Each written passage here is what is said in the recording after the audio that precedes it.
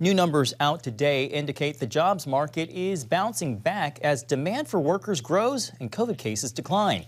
October stats jumping almost 3 times the dismal gains we saw back in September. CBN's Brody Carter has a breakdown of the latest jobs report. Brody, despite a rebounding job market, experts still worry about inflation and its heavy toll. U.S. jobs have risen each month this year and wages are up. Those dollars aren't going as far. As October reflects an even healthier climb than economists expected, the labor market still has a long way to go.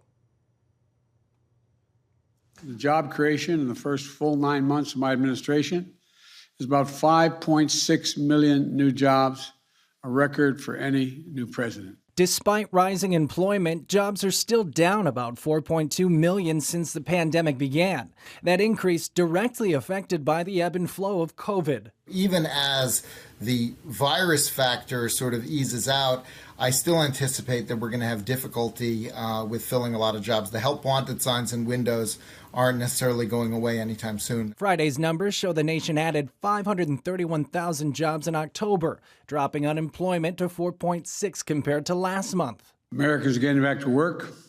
Our economy is starting to work for more Americans. Household surveys show white men reap the most benefit. Jobless rates stayed stagnant for women, teens, blacks, Asians, and Hispanics.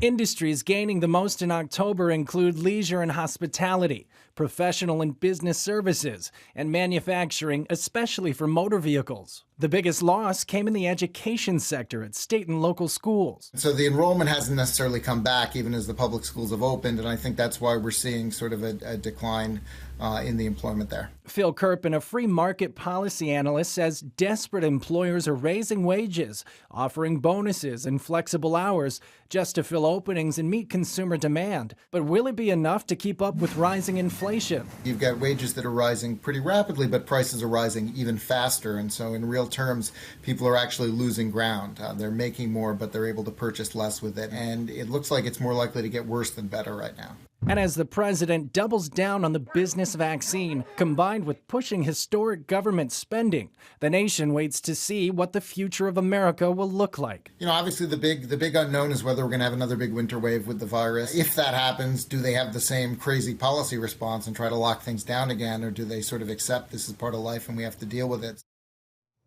Statewide numbers will be released in the coming weeks to give a better indication of where things stand regionally.